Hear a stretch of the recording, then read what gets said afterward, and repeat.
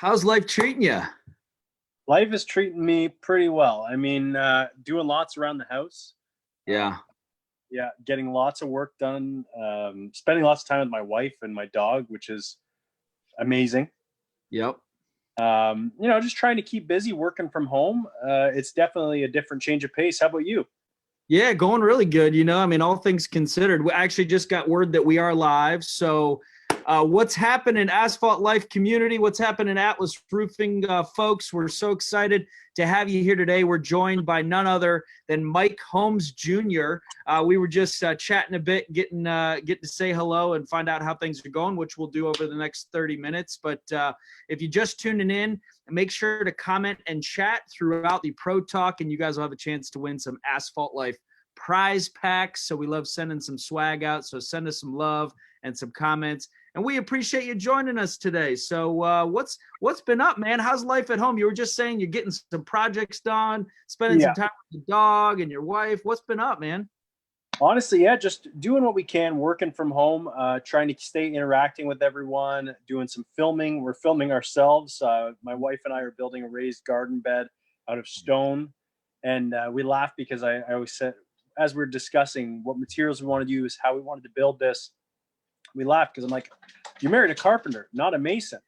That's And right. I kept talking like, "Oh, we'll do cedar, and I can do this," and yeah, it's all out of stone. But you know what? I've done a little bit of landscaping before, and I've worked with enough landscapers that I've picked up some things. So it's going really well. Finishing, there's so many odds and ends that you constantly don't get to because whether it's work, social life, whatever it is that comes in the way, that there's this to-do list that piles up at home, and I'm actually able to chip away at it right now, which is kind of Right. nice. Absolutely. I know it's amazing how neglected our houses are when we're off working all the time, right?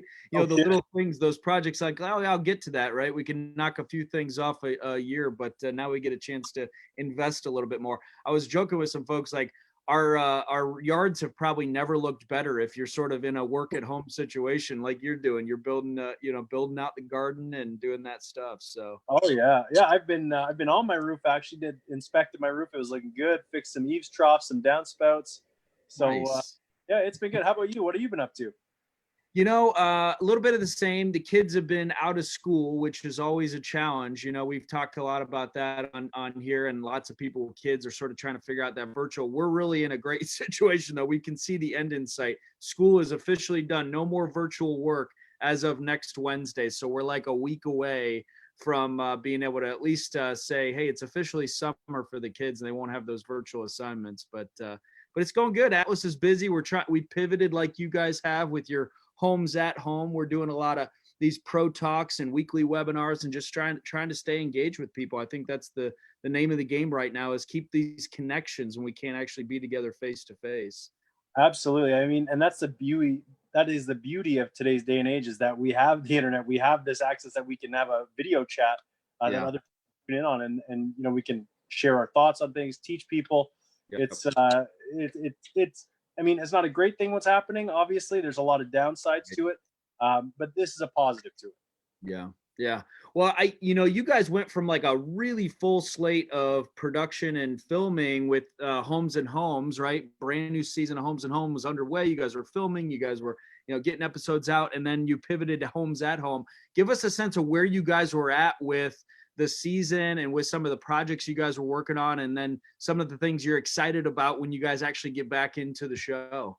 Yeah. So I mean, I don't know how much I can talk about the current show we're filming because I'll play it on the safe side. How about that? So Sure. Safe's good. we were uh, we were out filming out west. Yep. I was out working out west. How about that? There you go. Um, Tackling some really really incredible jobs for some really deserving people. And I mean, it was we had one obstacle after another. Is just like getting permits, getting everything lined up, and we were just everyone's working their butt off to try and get things going. And then all of a sudden, this happens and just changes the game completely. So we're like, okay, we got to get on a flight home as soon as possible so we don't get stuck here. Right. Uh, get on a flight home, and then it's kind of like most businesses are right now thinking, okay, how can we continue to function? How can we continue to keep people's jobs? How can we continue teaching people? How can we continue spreading a word? So we came up with Homes at Home, and we're coming up with live content every week. We're doing projects that we're filming at home that are being edited behind the scenes right now. So, I mean, it's crazy to think how much it's actually changed in the last 3 months, 4 months. It's May. See, this is how much now after this is happening. I'm like, yeah. So 5 months now, how much it's changed, and how it's affected businesses. But it's also, I think, showed a lot of businesses that there is another way to operate, that is different from the normal. Absolutely. It's forcing this ingenuity to sort of take hold, looking at things through a different set of lenses, all the cliches we can throw at this, but I think it's been, there's going to be some long-term positive impacts of this, of thinking about things and doing things differently. So I think there's that. Let's quick say hi. We got Josh, Lauren, Teresa, Stephanie, Colin, Kathy. Mike Holmes says hello, so he's watching. Stuart, Brad, Dakota, and Kenneth. Lots of folks jumping on. Sherry's here as well. She's watching you. So Sherry joined us. She's obviously got a really unique challenge, having a young baby at home, just turned 1, right? So, you've got that to contend with it in Sherry's household. What's been the biggest challenge for you of trying to balance sort of work from home? What's been the biggest adjustment for you? Because you're on the go a lot, right? Yeah, I would say the biggest adjustment is, I was actually laughing about this with my wife earlier. I'm really bad at taking before pictures of projects. And sometimes I'll get ahead of myself because I think I'm used to like a film crew being there where they're capturing stuff. But now we're having to film it. And I'm like, I'll forget to take a before picture. And then I just my head gets so into a job that I'm like, oh, I'm not taking progress shots, or I'm not filming this, or I should be filming it. So that's been the toughest part to adjust, is like capturing what a crew would normally capture, and then having to think about sound, having to think about a story, and like kind of direct it ourselves. Right. But I gotta say, I gotta give it up for all the parents out there that are doing this, working from home, having to teach their kids at home. That has to be a very hard job. You must be working your butt off right now. Well, my wife is definitely, bearing the brunt of that for the most part. But, it takes a joint effort, and you got to sort of take time to, invest in that, what they need in their activities, because we're home, we're all in this together. And I think employers being flexible is really important too, which Atlas has been incredibly, understanding and flexible, and as I know a lot of companies have. Construction's such a great industry to be in, because we are able to pivot. It's sort of part of the DNA of what we do, right? You find things all the time that are unexpected, so it's sort of in our nature in construction to have to make these pivots and figure out how to deal with unexpected things. And I know one of your passion points is sort of the idea of a healthy home. So I want to kind of pivot into that, because I know that's something that's really a big passion point for you. Talk to me a little bit about how you sort of latched onto this idea of a healthy home, and some of the things that folks watching can maybe do while they're at home to maybe make their home a little more healthy while they're at home noticing. Yeah, that's a great question. So it all kind of started years ago. I think I became a lot more health conscious when I started dating my wife now. So I started dating her, and she was in school for naturopathic medicine, and just being already, like, I was very active. I work my my construction hours, which vary every day, Yep. and then I'd go to the gym. So I was always very health conscious. And then when I started finding out more about asbestos, mold, VOCs, radon, and all these things that can make your indoor air quality actually toxic for your health, you and your family, I started thinking, okay, there's got to be something more we can do about this, and we've got to be able to spread a message. When I found out that radon was the number 1 cause for lung cancer for non-smokers, I was blown away. And I'm like, what is radon? And for anyone tuning in that doesn't know what radon is, it comes from uranium. So it's a natural occurring gas. You can't see it, you can't smell it, you can't taste it, you can't hear it. So you can only test for it. It affects you over long-term exposure. Mm-hmm. So essentially, you can get a test kit. If you go to radoncorp.com, you can order a test kit, or you can hire someone, which right now you're probably not going to hire someone to come into your home to test it. And it tests how many radon particles are in per cubic meter. Right. So that alone, just being able to test for it, and then, being able to mitigate the problem. So it was more just about thinking, we spend so much time at home. We spend so much time in our homes. We spend so much money trying to build a beautiful home. Right. We don't really know enough about a healthy home and how to, be born in, live in, and die in one home in a healthy way. Right. So that's kind of where all this came from. And now, for people who are at home right now and they're thinking, what can I do? How can I make sure my home is healthy? I'd say, first and foremost, get a radon detection test. Get a long-term radon detection test for radon, and then you can send that into a lab. Secondly, change your furnace filter. A lot of people are like, wait, my furnace has a filter? Yeah. That is the lungs of your home. Absolutely. So you want to make sure that your filter is clean and that it is actually filtering the air, and that it's not completely blocked, and that your lungs are actually doing the filtering. If you have, now's a great time to also plan for renovation. So maybe think, okay, if you don't have an HRV, a heat recovery ventilation unit, maybe look into that. Something that exchanges fresh air from the outside with stale air inside. That also helps reduce radon levels and other indoor air quality levels like VOCs and mold. Another thing to do is just, again, constantly just be a responsible homeowner. Change your furnace filters.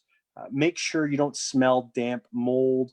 Make sure you're not smelling that. When this all comes back to normal, have someone come test your mold particles in your home and make sure that it is okay. And you know better than anyone about your roof. Yeah. It was funny. I was walking down the street the other day, taking my dog for a walk, and I just noticed that someone had this beautiful TV in their living room. And it's really nice, looked like a really nice home. And then I looked up on their roof, and all their shingles are curled, and like it's about as far gone as you could go. And I'm thinking, not enough people pay attention to the things they see. Yeah. And something that affects us so much. Projects, right? We want to see the investment of our money in granite, and we want to see it in appliances, and we want to see it in a refinished basement or whatever it is. But you got to take care of these really important have-to items first, right? And radon's a big one too, because I think it's I've sold 2 houses in the last 6 years or so through moves, and radon came up both times, and we put radon reduction systems in both times, right? For the homeowners. And the first time it happened, I said, you got to be kidding me, what is this new radon thing? But then you start reading about it, and you're like, this is really important. And then the house I bought, I wanted to make sure that we had that had that tested, because it's a big deal. But I think there's all sorts of little low-hanging fruit, and when you're thinking about where to invest that money, it really is important to think about what's going to protect everything, right? And of course, we think roof is a big part of that. Absolutely. I always say, renovate your home from the outside in. You have to protect your investment. Like, everyone, they want to start with renovating their kitchen, their bathrooms. They want to be able to entertain and be proud, which I get. I do get that. But imagine renovating your kitchen, spending upwards of $100,000. And then all of a sudden you're like, oh, my roof leaked, and I have mold behind my walls. I've got to pull some of this out. Or I had an electrical fire that ruined my kitchen. You have to kind of change your focus on how you renovate your home. And not enough people think about their building envelope, their wall assembly, their roof, their foundation. And we're really trying to get people to focus on that more. Absolutely. Well, people love finding out a little bit about people they respect and admire and look up to. I've seen a few posts you put out there about this, but if you were not in construction, right? If you hadn't gone down this path of both construction and also television, what other things would you have probably pursued from a career perspective? What were those other passion things when you were younger, or even now thinking, God, I would have made a really good whatever, right? What are those things? Yeah, that's a great question. When I think I was like 12 or something, like I was younger, and I wanted to be a firefighter. When I was a kid, I always wanted to help people. I wanted to be a superhero. And that, to me, I was like, okay, these people are pulling people out of burning buildings. They're risking their lives. I want to help change someone's life or save someone's life. So that was, as a kid, what I wanted to be. Now looking back, I'm actually studying business management. I'm taking university courses right now. So, Awesome. maybe I would be doing something totally different and I'd be in business. Or I'm also doing Muay Thai and Brazilian Jiu-Jitsu. So maybe, who knows, maybe I'd be an MMA. It's so hard to say. Hey, there's still time, man. You could be like do a little celebrity MMA competition. All you need to do is go pick a Twitter battle with somebody, man. I hear that's the way to do it. So is that okay? Maybe I'll do that after we finish our chat here. There you go. Oh, that's awesome. Well, yeah, I think it's great. I think it's great to think about that. I think it's always fun too when you can incorporate some of your passion things in your life into what you do, right? And hopefully you love what you do. You seem to love what you do. You seem to love construction, and you love being able to help people in the way that you do, and investing in the things that you do. And if you can get a little Muay Thai in, and maybe a little Thai boxing, kickboxing in, that'd be good too. So Yeah. I mean that, and you know what? Another passion I discovered along the way was woodworking. okay, It relates more to construction, but I absolutely love spending time in my wood shop, yeah. creating, just trying new things, crafting things out of rough lumber, and then turning it into something beautiful. So that I often say to my wife, I'm like, maybe one day I'll retire and just focus on woodworking.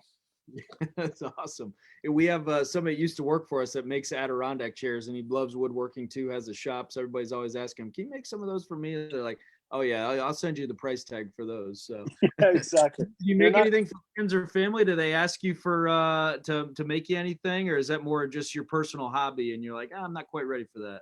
So I ended up making a boardroom table for my sister, and I did a sign for my other sister for her baby. But I Nice. find it funny because woodworking, I'm in a selfish way, it's so much for me, and I love doing it for clients, like for the show, surprising someone with something, or giving a gift. But there's something about, like, I already have my job, and like to do that on the side, I feel Yeah, like it brings me so much passion. I don't want to turn it into that's like right. another job. Yeah, you don't I want it to be want, that serious, right? exactly. I just want to keep learning. I want to keep perfecting and working on my craft. And by the way, long way from perfect. So there's a lot of work to do, but I so enjoy it, and I enjoy learning more techniques, tools, styles, working with different types of woods. But yeah, turning that into something that I, am focusing on creating a revenue from. I don't know if I'm ready to do that. Yeah, gotcha. Well, you're getting a bunch of shout outs here. I'll read a couple of the comments and shout out a few folks, and tell us what your passion projects are. If you're tuning in live, let us know what you guys are. What are your side hustles? What are those things that you would have pursued had you not gotten into the career you did? But we got Robert saying, hey, never patch, always replace if you can, bring everything up to code. Great advice. I think for any project in the home, if you can and you can afford to, try to make sure that you're bringing things up to code and really thinking about that, because it's super important.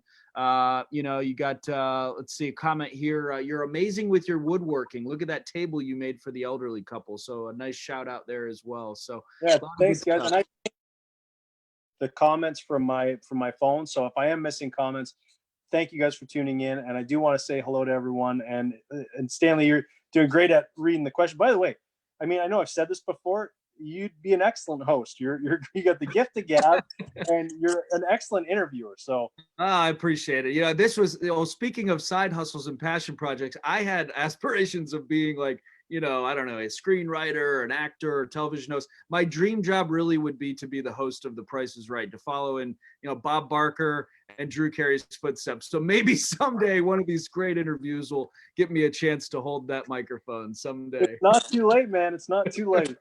Yeah.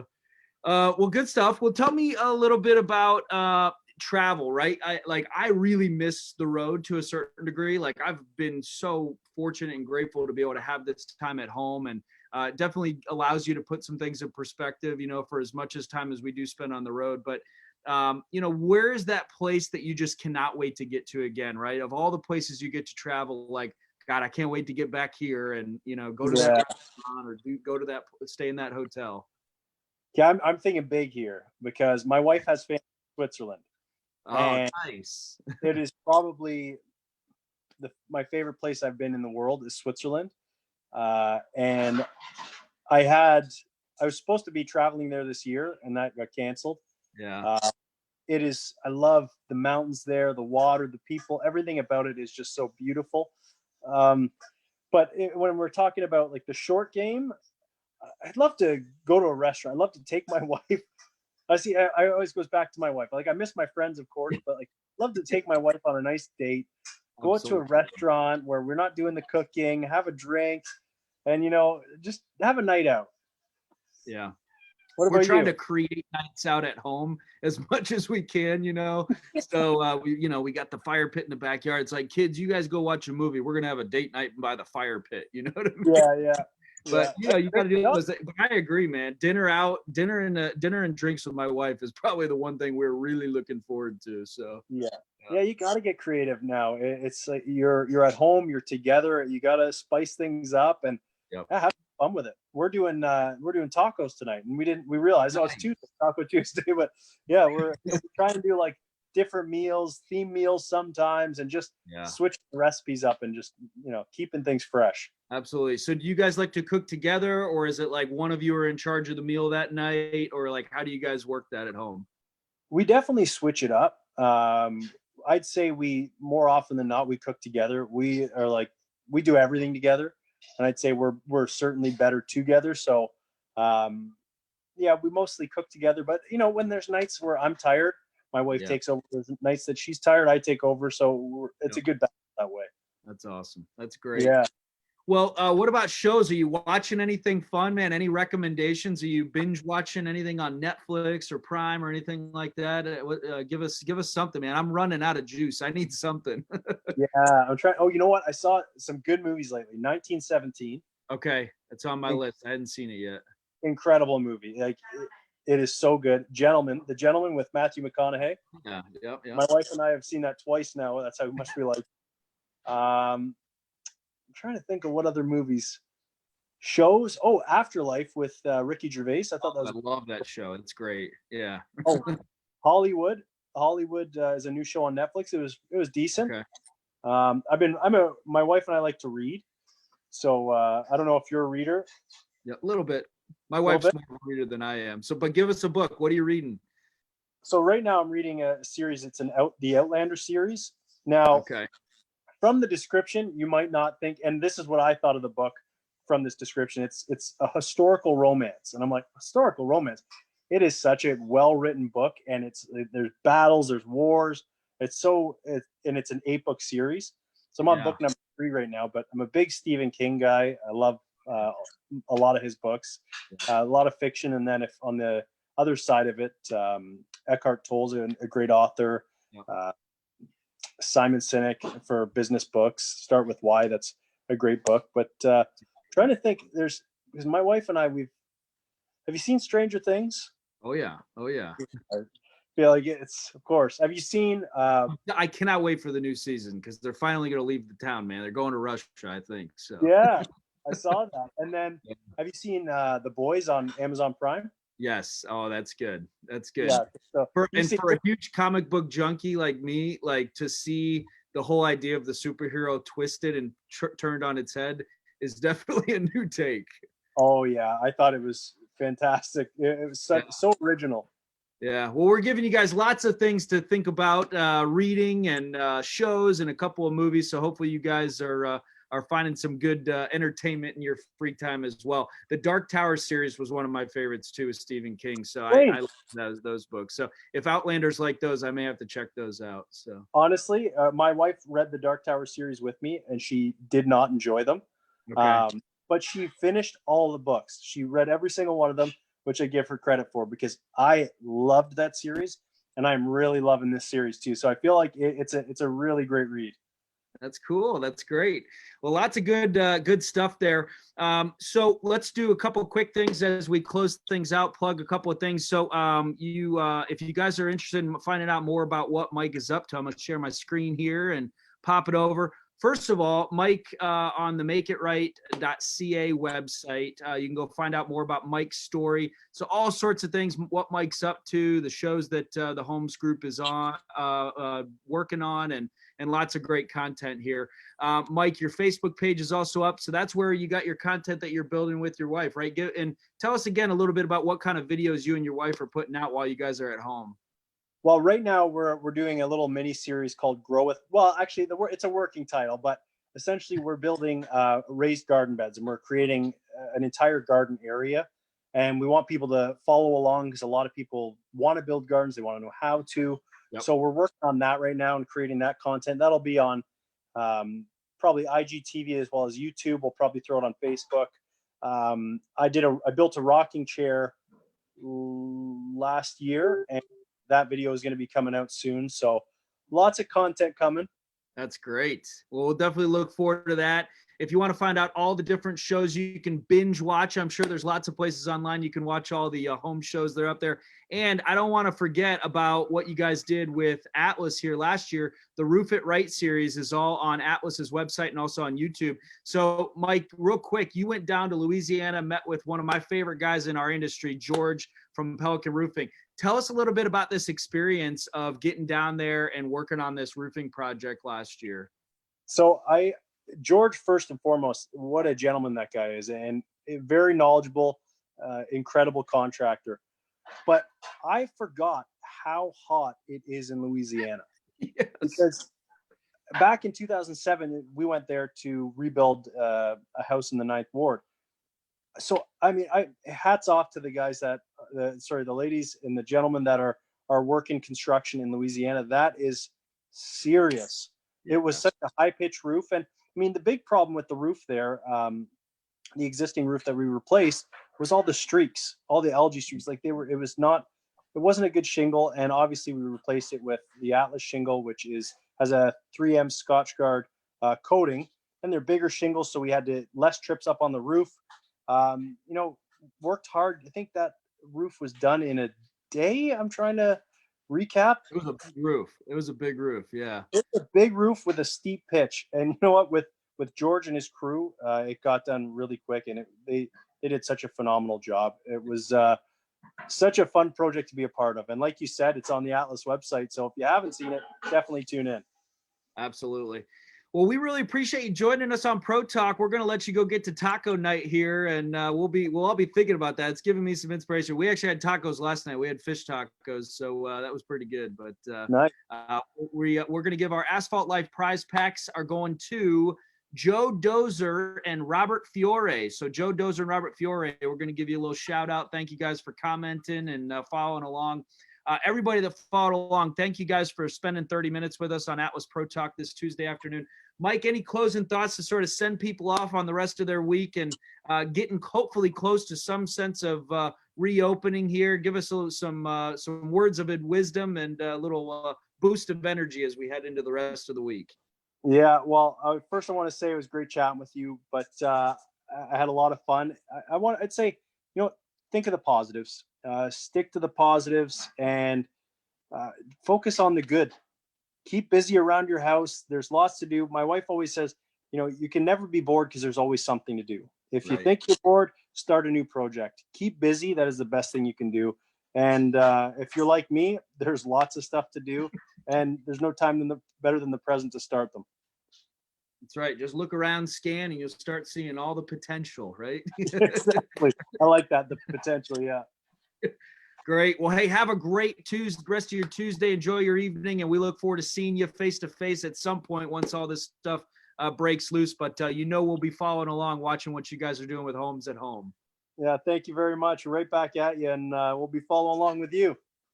All right. See you, Mike. Have a good one.